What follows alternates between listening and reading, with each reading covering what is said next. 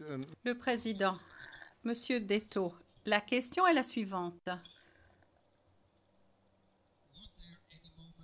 Est-ce qu'il y a eu un moment où on a demandé à la population de quitter Abobo?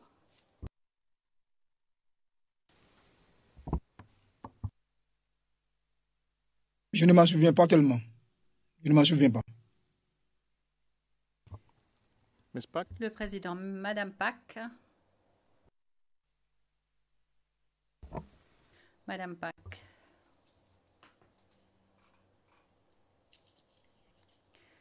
Très bien. Est-ce que quelqu'un a dit au cours de cette rencontre quelque chose au sujet de la communauté internationale?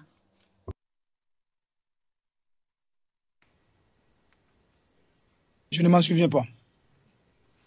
All right, I'm going to take you to your... Madame Pak, je vais vous ramener à votre déposition ou à votre déclaration 006.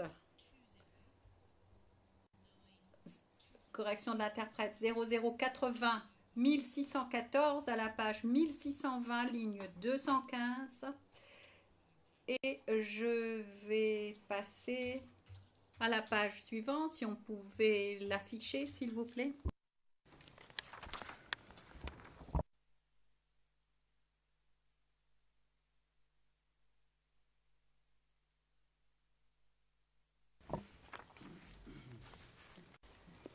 All right, I'll start quoting. Je vais citer, si vous me le permettez.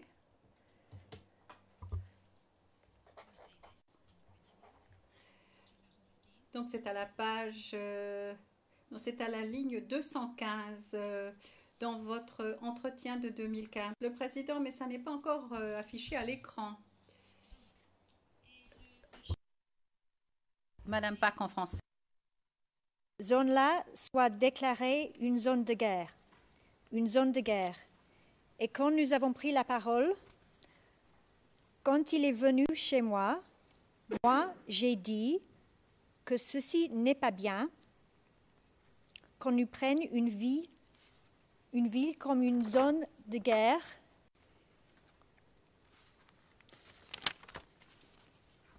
Next page, please. Page suivante, s'il vous plaît.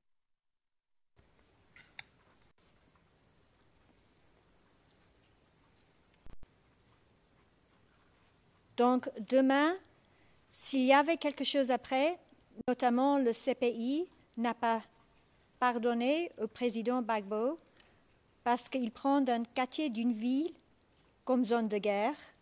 Donc, de ne pas prendre comme zone de guerre, déclarer comme zone de guerre. Intervieweur 1, excusez-moi, la CPI.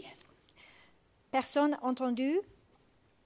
J'avais dit que la CPI, les instances internationales qu'ici, on venait à le juger, comme tel est le cas. Mais moi, ça sera une faute grave de sa part.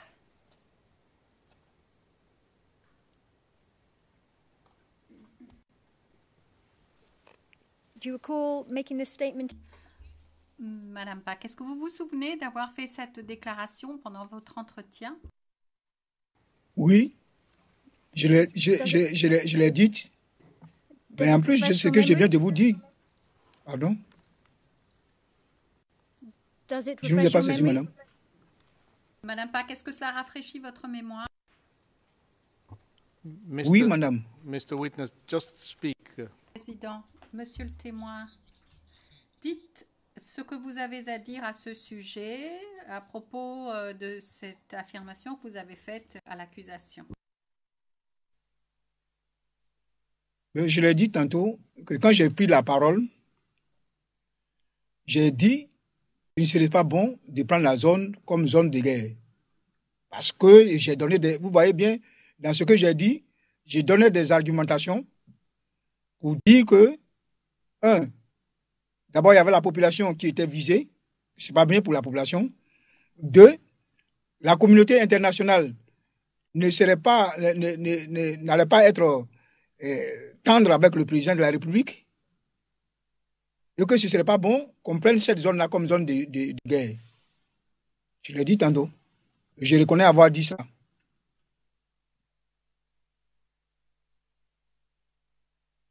And you told us Madame Paquet, vous nous avez dit précédemment que le président n'avait pas pris de décision sur ce point lors de cette réunion.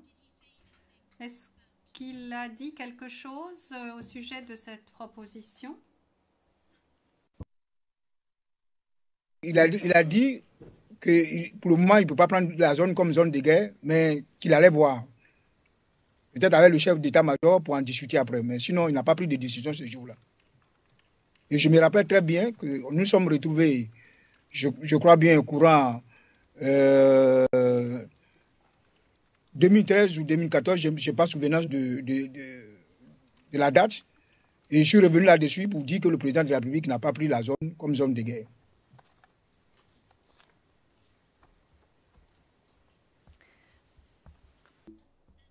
Madame Pack, pour que nous soyons au clair sur ce qui a été dit par le président, M. Gbagbo, au cours de cette réunion, à part s'éloigner de cette question de la zone de guerre, est-ce qu'il a dit quelque chose d'autre dont vous vous souveniez au cours de cette réunion? D'abord, je tenais à préciser que la décision à prendre à Bobo comme zone de guerre n'était pas le sujet principal de cette réunion. Voilà. Ça a été évoqué par le chef d'état-major. Les réponses que le président a données, je vous les ai données. Et en plus, ce qu'il a dit, qu'il fallait libérer le carrefour d'Autré. Donc, il a demandé à ce que nous allions libérer le carrefour d'Autré. Parce que Ndautré, c'est un carrefour qui est sur la principale à Abidjan, à Abengourou. Donc, une zone très importante. C'était la première raison. Et en plus de cela, au-delà de Ndautré, se trouve le 3e bataillon. Donc, nos éléments qui étaient au 3e bataillon étaient coincés. Ils ne pouvaient pas sortir ni être ravitaillés. Donc, pour nous, c'était important de libérer le carrefour Ndautré qui était tenu par le commando indivisible. Donc, il a donné la mission de tout faire pour qu'on libère ce carrefour. Tout au moins, de le tenir.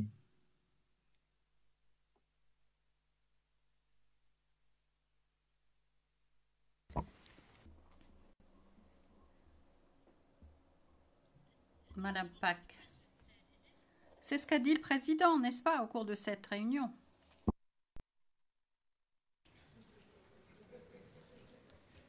La mission d'aller tenir le carrefour d'Autré. yes. Je ne comprends pas. Je ne comprends pas votre question. Specifically, what Madame Pack, précisément, qu'a dit le président au sujet de ceci? Le président, oui, mais c'était Monsieur Gbagbo qui a dit cela. Madame Pack, très bien. Le président, on comprend très bien ce qui est dit. Madame Pack, j'en suis heureuse. Le président, pourquoi est-ce que vous insistez toujours sur la même chose? Madame Pack, je vais passer à autre chose. Le président, très bien. Madame Pack, est-ce que vous vous souvenez de ce qui a été dit après cette réunion en ce qui concerne le fait de reprendre le croisement au carrefour, le carrefour d'Autré?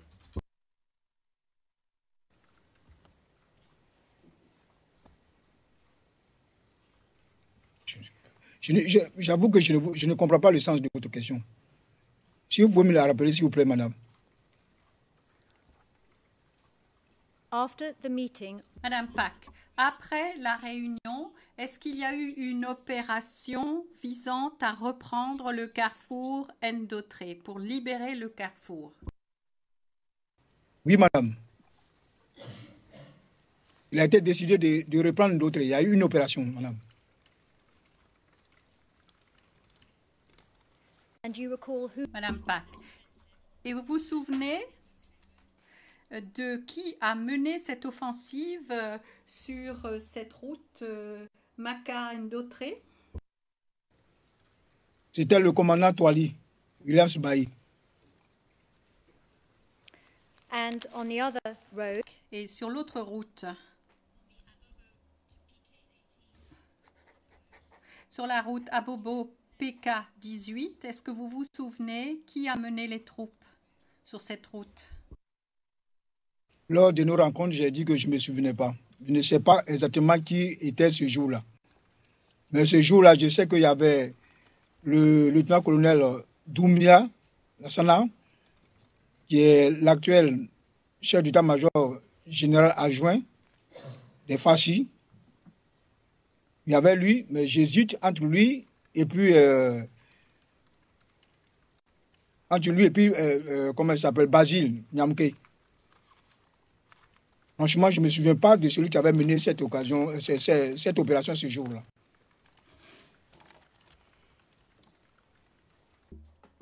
Madame Pack.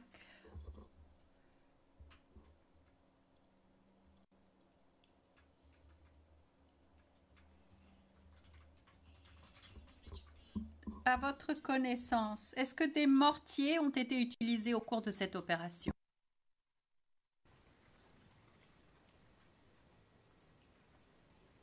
Non, des mortiers n'ont pas été utilisés. Seulement, il y a eu des tirs de flambage au niveau de la forêt du Banco. Au niveau de la forêt du Banco. Et nous avons fait des tirs de flambage. Et c'était pour voir, parce que les armes, depuis qu'elles sont là, n'ont pas été utilisées, c'était pour voir si elles fonctionnaient. Donc, des tirs ont été effectués au niveau de la forêt du Banco. Ça, c'était bien avant que l'opération ne démarre. Mais ce n'était pas au cours de cette opération. En dehors de ça, nous n'avons pas utilisé de mortier. and what kind of Madame Pack. Et de quel type d'armes parlez-vous qui procédait à ces tirs? Des mortiers de 120 mm.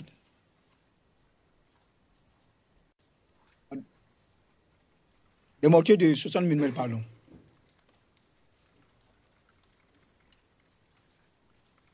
Mais pas au cours de l'opération qui a été menée sur une autre. On n'a pas eu à tirer du mortier.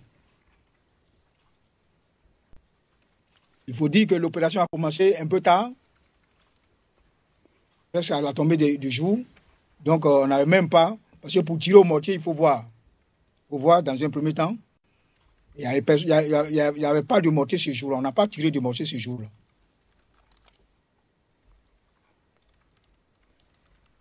and just on the Madame Pack.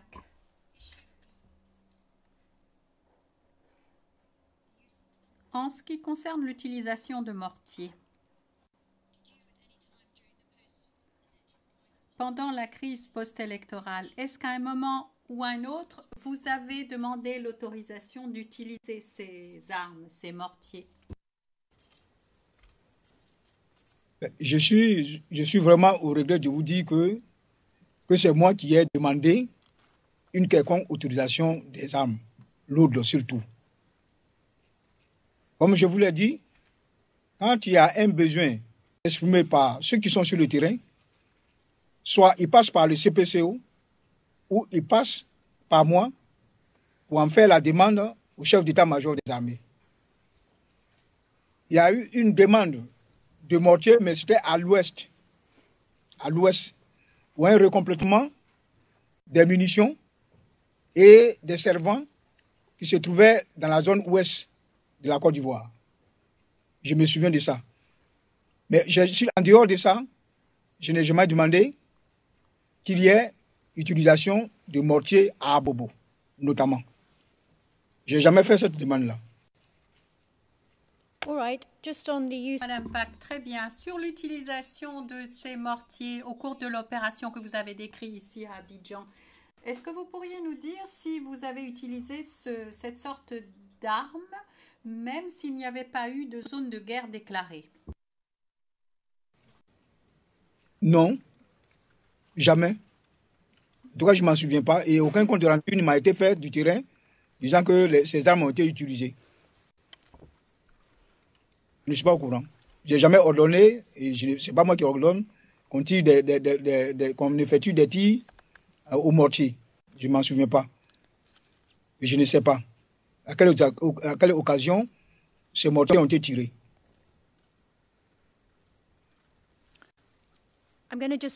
Madame Pack, je vais revenir à ce que vous nous disiez tout à l'heure au sujet d'une réunion avec les généraux. Avant la réunion avec M. Gbagbo, il y avait eu une réunion avec les généraux où les généraux avaient déclaré au chef de l'état-major ne soulevez pas la question de cette zone de guerre, ça n'est pas une bonne idée.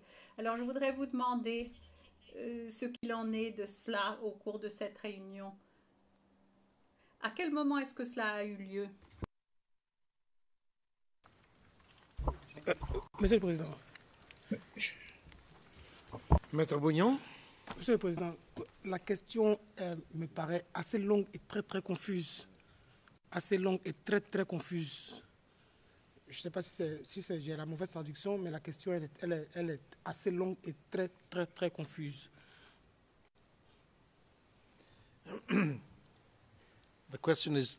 Le Président, si j'ai bien compris la question, il s'agit de la réunion avec les généraux avant la réunion avec le président Gbagbo. C'est cela? Madame Pack, oui, effectivement. So when was that meeting, please? À quel moment a eu lieu cette réunion, s'il vous plaît? C'était au cours d'une réunion d'état-major comme on le faisait habituellement. Et ce jour-là, nous étions au bureau, on n'était même pas dans la salle de réunion habituelle. Nous étions au bureau du chef d'état-major et il en a soufflé. Nous en avons soufflé un mot et il y a eu des interventions là-dessus.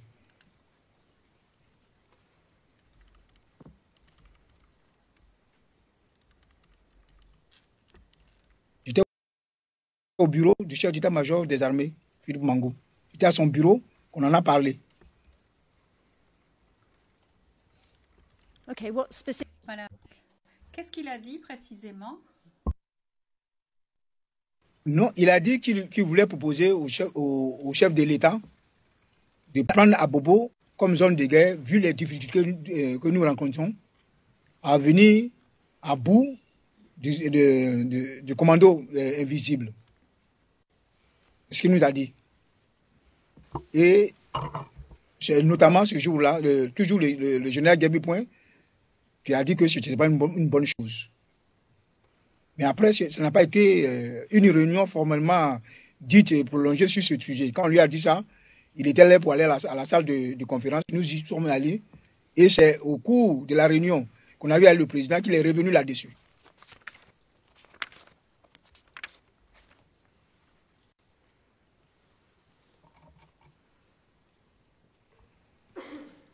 Mr. Witness.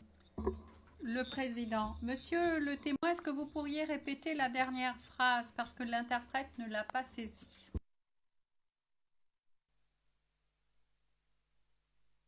Je disais que à son bureau, le chef d'état-major nous avait fait part de l'idée de demander au chef d'état-major, au chef de l'État, de prendre un décret pour instituer la zone d'Abobo comme zone de guerre. Et le général Gabriel Point lui a dit que ce ne serait pas une bonne chose. Dans un premier temps, on était à son bureau. Mais ce n'était pas l'objet d'une réunion. On est allé lui dire bonjour en attendant que l'heure de la réunion arrive. Donc après cela, nous sommes rendus à la salle de conférence. Mais quand nous sommes retrouvés à la réunion avec le président, il est revenu là-dessus. Mais le président n'a pas accepté de prendre un décret instituant Abobo comme zone de guerre.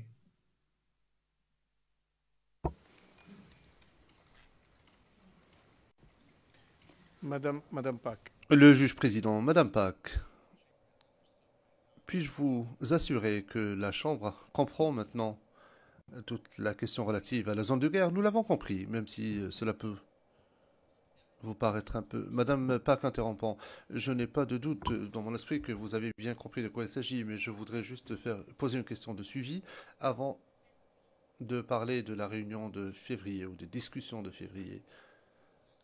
Est-ce que vous m'autorisez à poser une question? Le juge président, je ne sais pas quelle question vous avez l'intention de poser, mais je voulais simplement vous rassurer. La Chambre a bien compris, et ce depuis fort longtemps. Madame Pack, je m'en réjouis. Pour ce qui est de votre déposition, monsieur le témoin, je voudrais vous poser une question de suivi. C'est la même question que celle que j'ai posée précédemment. Lors de cette réunion, est-ce que monsieur Mangou, le général Mangou, a expliqué pourquoi il avait suggéré que l'on déclare la zone de guerre? Le président interrompant. Cette question a été posée par vous, elle a été posée par la Chambre, et le témoin y a répondu. Donc je ne vois pas en quoi la réponse qui sera donnée maintenant 10 minutes plus tard ou lors du deuxième volet d'audience sera différente. La question a été posée par moi-même et la réponse est très claire. Et cela figure au compte rendu. Madame Pack, oui, certainement, s'agissant de la réunion avec le président. Oui.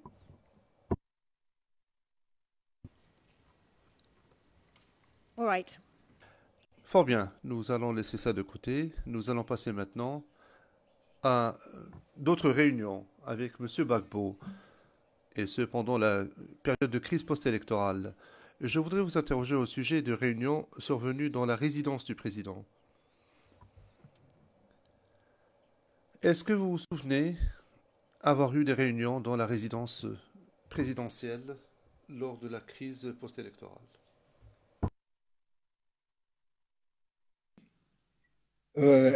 Nous avons eu une réunion dans le mois de décembre, le 1er, le 2, je crois le 4 ou 5. Mais ces réunions, c'est le chef d'état-major qui allait rendre compte de la situation qui prévalait sur le terrain. Parce qu'il faut dire que depuis qu'il y a eu l'investiture des deux présidents, l'un au Golfe, le président lui-même au plateau, les commandos invisibles ont commencé à attaquer nos positions. Toutes nos positions ont été attaquées par le commando invisible. À Bobo, ça a commencé par Bobo, il y a eu des morts. Donc chaque fois, quand il y a un événement, le chef d'état-major va rendre compte au président de la République. Et nous étions invités à ces réunions. Toutes les réunions que nous avons tenues au niveau de la résidence du président de la République, c'était essentiellement des comptes rendus de la part du chef d'état-major.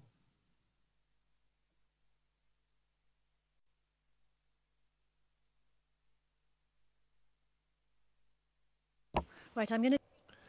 Bien, je vais maintenant vous parler de janvier et je demanderai à ce que soit diffusée une vidéo. Elle porte la référence CIVOTP 0047 06 53. Elle peut être diffusée publiquement. Pardon, c'est nous qui allons avoir la main, c'est nous, avec votre autorisation, qui allons diffuser à partir de 00 à 0432. Et pour ce qui est de la transcription, il s'agit de la transcription 0048 1657.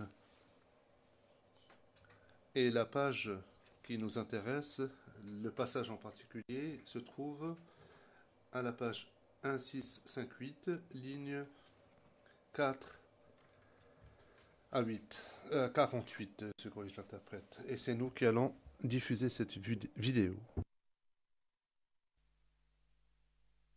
À partir de ce soir dans les communes d'Abobo et d'Anyama, je vous propose à ce sujet d'écouter la déclaration du chef d'état-major des armées, le général de corps d'armée Philippe Mangou. Déclaration des forces de défense et de sécurité de Côte d'Ivoire. les récentes manifestations de troubles à l'ordre public, les actes de vandalisme, de barbarie, les tueries et les assassinats perpétrés par les militants du Rassemblement des Zoufouettistes pour la démocratie et la paix au cours des marches insurrectionnelles organisées par ce groupement politique d'opposition les 16, 17 décembre 2010 avaient causé la mort de 21 membres des forces de défense et de sécurité de Côte d'Ivoire. Depuis ces moments, le calme n'est plus jamais revenu dans ce pays et les morts se comptent par dizaines du fait des attaques à l'arme de guerre contre les éléments des forces de défense et de sécurité de Côte d'Ivoire et d'innocentes populations. Il ne se passe pas de jour sans que les forces de défense et de sécurité de Côte d'Ivoire, en mission de sécurisation et de protection des populations, ne soient les cibles principales d'attaques armées par des individus embusqués qui répondent ainsi aux incessants appels à la désobéissance civile, à l'insurrection et aux assassinats de toute nature lancés par des politiciens retranchés à l'hôtel du Golfe. Dans la journée du mardi 11 janvier 2011, des tirs aux armes de guerre dirigés contre les unités des forces de défense et de sécurité de Côte d'Ivoire, en patrouille dans la commune d'Abobogar, plus précisément au quartier PK 18, ont fait 2 morts, 9 blessés et des matériels roulants de service endommagés dans les rangs des forces de défense et de sécurité de Côte d'Ivoire.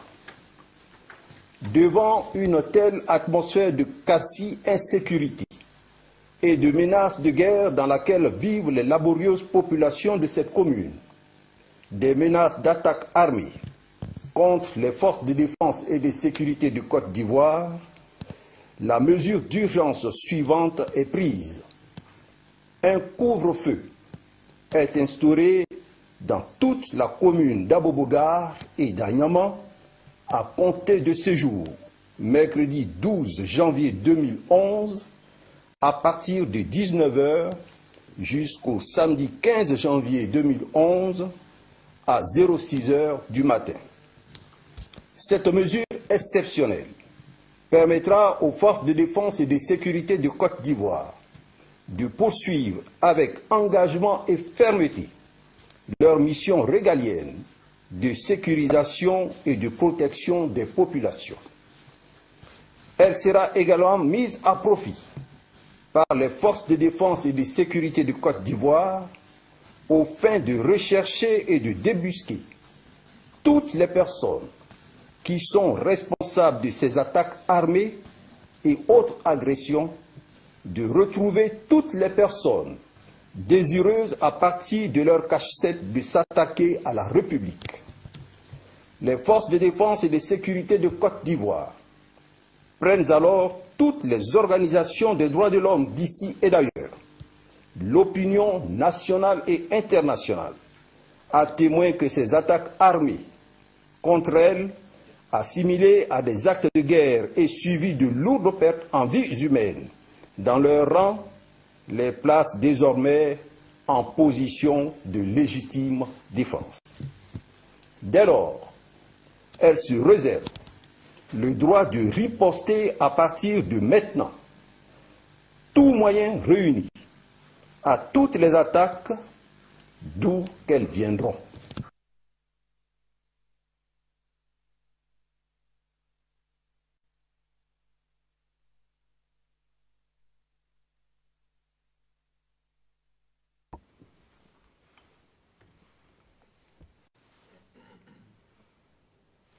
Now, Mr. Witness, do you recall? Monsieur le témoin, est-ce que vous vous souvenez d'avoir entendu cette annonce faite par le chef d'état-major le 12 janvier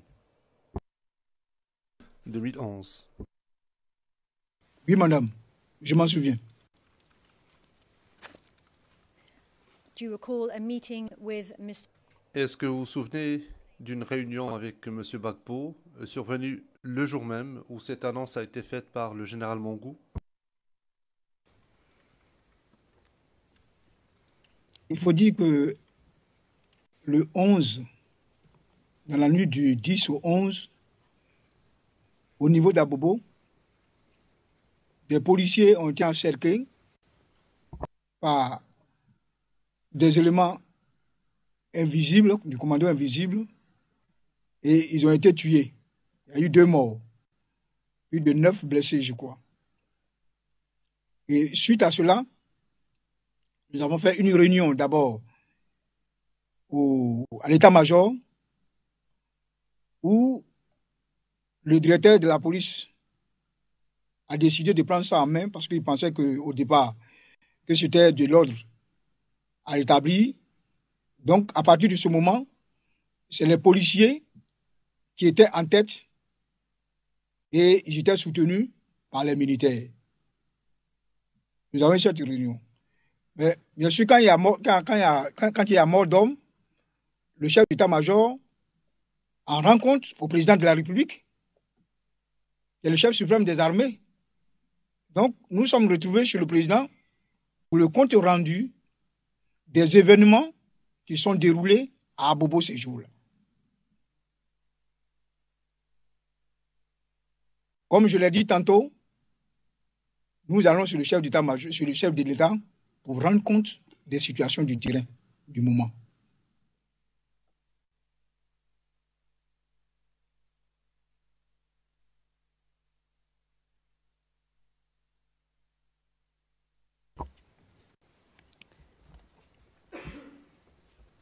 Okay, so back.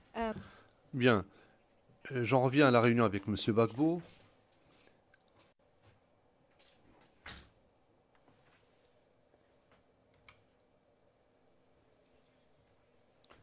Est-ce que vous êtes en mesure de nous dire qui était présent lors de cette réunion? De quelle réunion s'agit-il? On a eu plusieurs réunions, mais de quelle réunion s'agit-il? So you tell us you found your. Vous nous avez dit que vous êtes retrouvé dans la résidence du président pour rendre compte des événements survenus à Bobo ce jour-là. Qui était avec vous? Qui d'autre était avec vous ce jour-là? Nous avons eu tellement de réunions, mais le chef d'état-major était là. Le commandant supérieur de la gendarmerie était là. J'ai cité leur nom. Chef d'état-major, c'était le général Mangou. Le commandant supérieur de la gendarmerie, c'était le général Kassaraté. Le directeur général de la police nationale, était le général Blindou, il était. Le général de division Vagba y était. Le général de division Akakoyo y était. Le général de division Yabi Point y était. Moi-même, j'y étais. Il y a eu tellement de réunions. Le juge président, les mêmes personnes sont toujours présentes à ces réunions. Or, vous posez toujours les mêmes questions. Il s'agit toujours des mêmes personnes. Discuss, please, if you recall. Quel a été l'objet de cette réunion? De quoi a-t-on discuté? Et si vous vous en souvenez? Je viens de vous dire, et je vais répéter, que c'était le compte rendu de la situation du terrain qui prévalait, ou qui a prévalu même la veille. Et vous faites un compte rendu au chef d'État, au chef de l'État.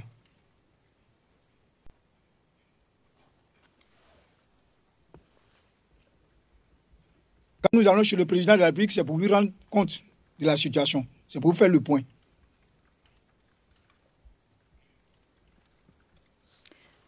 I'd like to show you a Je souhaite vous montrer un document. Un instant, je vous prie. Dans le cadre de ce compte-rendu que vous avez fait au sujet des événements de la veille, à cette occasion-là, est-ce que vous vous souvenez de la réaction de M. Gbagbo lorsque vous lui avez fait un compte-rendu?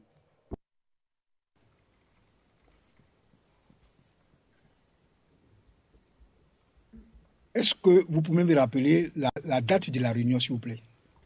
La date. Je veux savoir la date.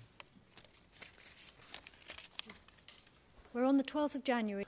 Nous parlons du 12 janvier. Vous venez de voir l'annonce Oui, l'annonce faite par le chef d'état-major concernant le couvre-feu, annonce diffusée par la RTI, après quoi vous avez rencontré le président. Vous nous avez déclaré que vous lui aviez fait un compte-rendu sur les événements de la veille. Ma question est la suivante. Quelle a été la réponse ou la réaction du président? Qu'a-t-il dit? Mais à chaque fois, il nous exhorte à reprendre le combat. Parce que notre mission, c'était de sécuriser les populations.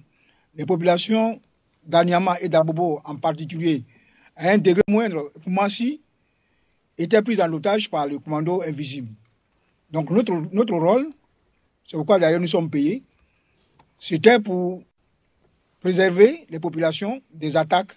Et on avait des éléments là-bas aussi, parce qu'il faut dire que les forces de défense et de sécurité étaient tuées là-bas également. Il y a eu des éléments de l'armée qui ont été brûlés chez eux. Donc, nous sommes allés chez le président pour lui faire le compte rendu.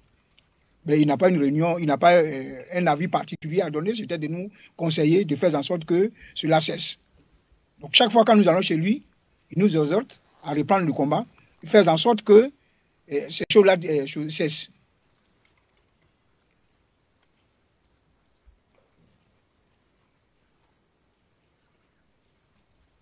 Je ne sais pas s'il a eu une réaction particulière, mais je ne m'en souviens pas. Cela est possible. Si vous pouvez m'éclairer là-dessus, vous pouvez le faire.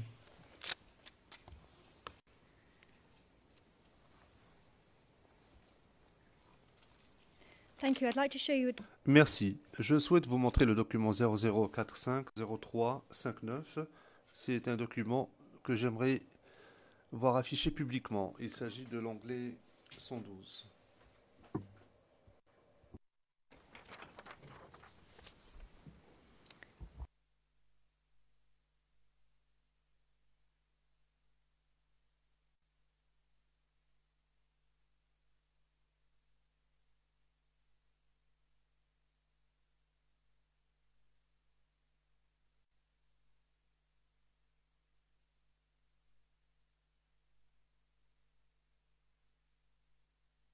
Right, it's on the screen. If we can just scroll. Voilà, le document est à l'écran. Veuillez faire défiler toute la page, s'il vous plaît.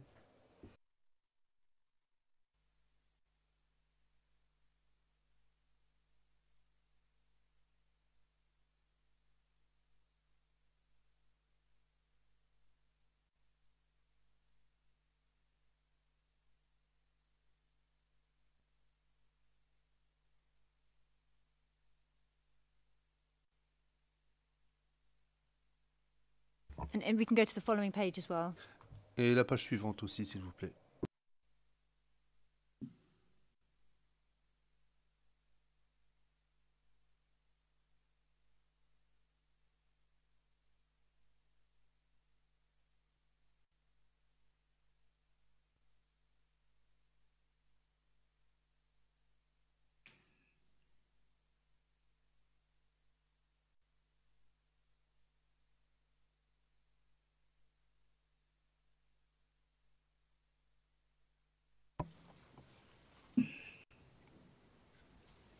Now we can just go back to the J'ai vu first- le document. Thank you. Madame Pack, merci. Nous allons revoir la première page maintenant.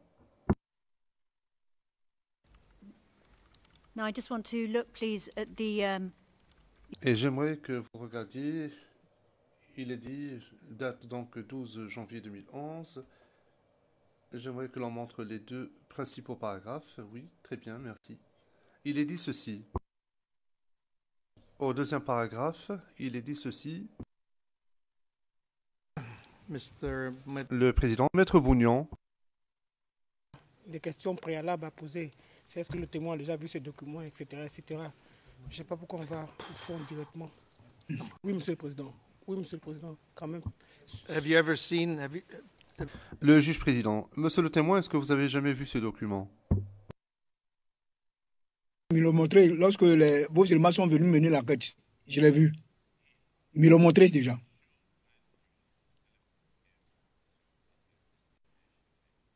So you've never. Vous ne l'aviez pas vu avant cela? Avant ça, non. Avant ça, non. Parce que si vous voyez l'origine, Monsieur le Président, c'est un policier, je crois c'est le responsable du district d'Abobo, qui relate, qui donne des informations. Il a dû tenir une réunion avec le colonel Sako et il raconte à son chef. Il a tenu une réunion avec le colonel Sako à l'état-major des armées et voici le contenu de cette réunion. Donc, ça ne m'est pas destiné. C'est au niveau de la police. Il a rendu compte à son patron.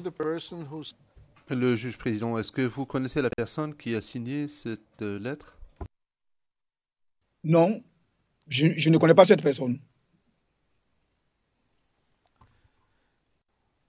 Ms. Pak?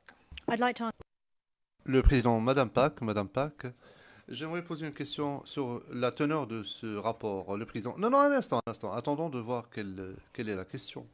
Madame Pak, très bien, le président interrompant. Bon, il y a la question du document, mais il y a aussi la teneur du document.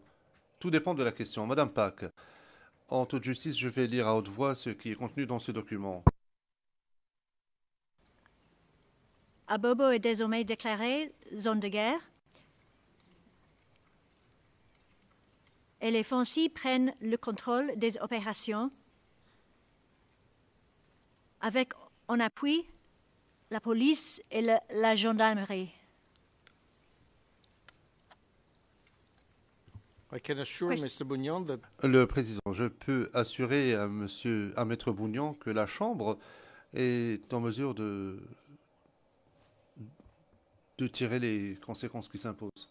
Merci. Madame Pak, poursuivant. Est-ce que l'armée a pris le contrôle des opérations à cette époque-là? Mais quand nous avons vu que les choses se compliquaient à Abobo, l'armée est passée en tête des opérations.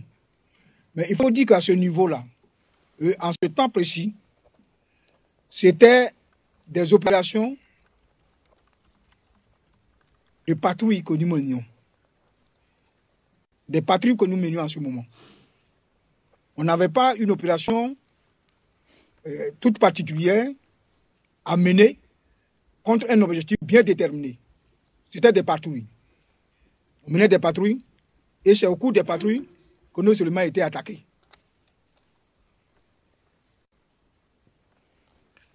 Comme nous avons vu qu'il y avait beaucoup de tueries au niveau des policiers, alors l'armée est passée en tête. Mais c'était des patrouilles. Et chaque fois, ça c'est du début de la guerre de 2002 jusqu'à cette date-là, nous étions toujours en position de défense. On était toujours en position de défense. Ce sont nos forces qui étaient toujours attaquées.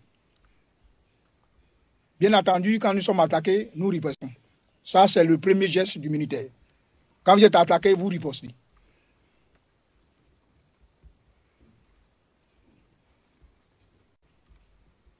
Donc, pour répondre à votre question, l'armée avait pris le contrôle. Mais en ce moment-là, à cette date-là, c'était des patrouilles.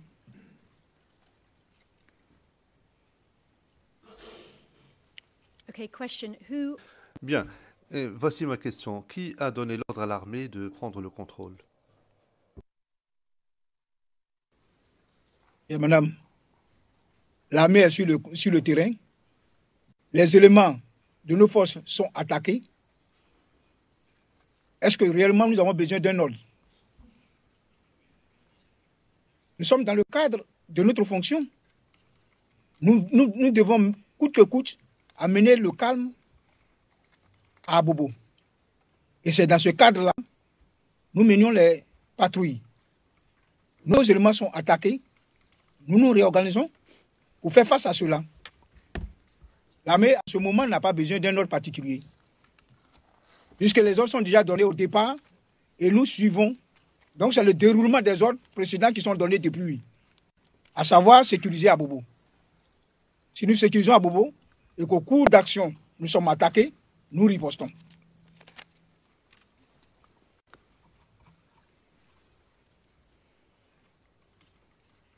Okay, I asked Mais you, I asked you. Madame Park interrompt. Monsieur le témoin, je vous ai posé une question. Vous nous avez dit que l'armée a pris le contrôle. Ma question est la suivante. Vous êtes commandant des forces terrestres. Qui vous a donné l'ordre de prendre le contrôle des opérations à ce moment-là? Ouais, je vais revenir encore comme tout au début. Je suis commandant des forces terrestres. Il y a le commandant de l'armée de l'air. Il y a le commandant de la marine nationale. Nous sommes en situation de crise. Nos hommes sont sur le terrain et ils sont attaqués. Quand ils sont attaqués, l'état-major, qui a un centre de planification et de conduite des opérations, sur ordre du chef d'état-major des armées, envoie des messages à toutes les forces. Il faut dire que bien avant même cette situation de poste électoral, la ville d'Abidjan était sécurisée. Nos éléments sont en place depuis lors, depuis que la crise a commencé, dans toutes les villes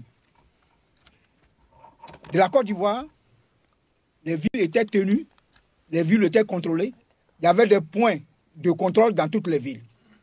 Et c'est dans l'exercice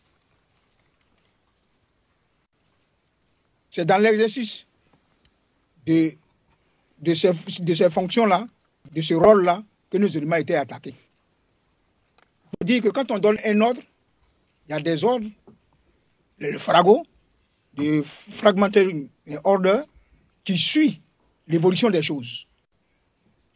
Donc, il y a une situation générale qui prévaut, il y a des situations particulières qui interviennent, et face à chaque situation, il y a des réactions des forces pour établir l'ordre. Donc, ce n'est pas le commandant des forces terrestres. J'arrive, madame. Ce n'est pas le commandant des forces terrestres, ni le commandant de l'armée de l'air, encore moins le commandant de la marine et les autres forces, qui prennent des décisions pour continuer le combat.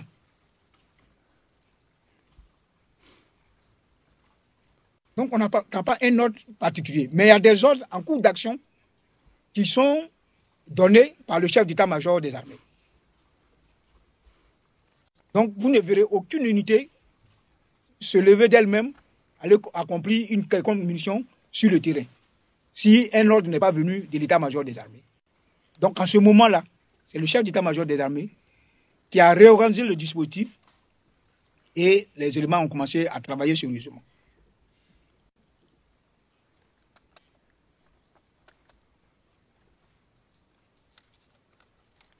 Okay, just to be clear, when you're...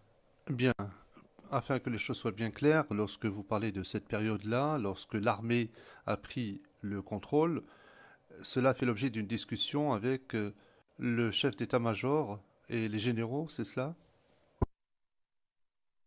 Chaque fois, il y a une situation, comme je l'ai dit au départ, il y a une réunion.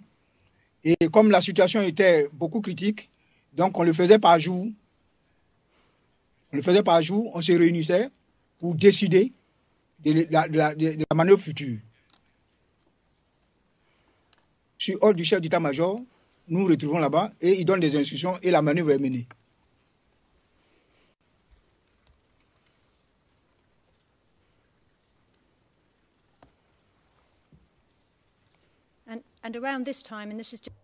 Et autour de cette période-là, je veux en terminer avec ce document, autour de cette période, il y a eu une discussion entre les généraux avec le chef d'état-major pour déclarer Abobo zone de guerre. Vous vous en souvenez?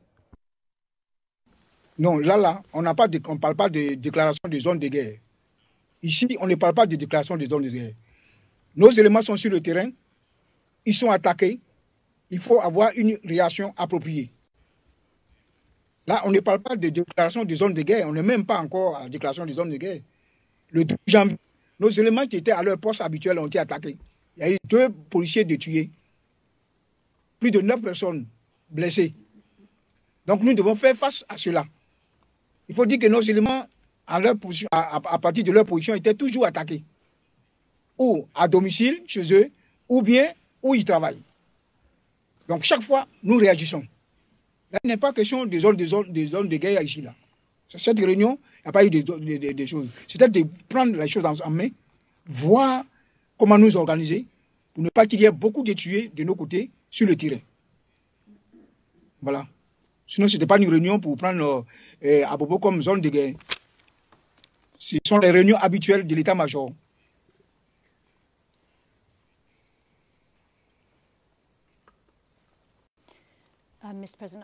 Madame Pack, je vois que l'heure tourne, Monsieur le Président. Le Président hors micro. Le juge président, vous faites toujours référence au même document, n'est-ce pas? Madame Pack, oui, le juge président, mais nous savons ce que d'autres personnes ont dit à ce propos. Le juge président, oui, mais je souhaitais le demander, Madame Pack, je souhaitais le demander au témoin. Le juge président, très bien, c'est ce que je voulais dire. Nous avons eu d'autres dépositions à propos de ce document. Madame Pack, oui, en effet, le juge président. Je souhaitais m'assurer que nous sommes bien sur la même longueur d'onde, Madame Pack. Très bien. Nous allons rester là pour aujourd'hui. Nous nous retrouverons demain matin à 8h30 pour vous, Monsieur le témoin, et 9h30 pour nous ici à La Haye. Merci beaucoup et nous nous retrouverons demain.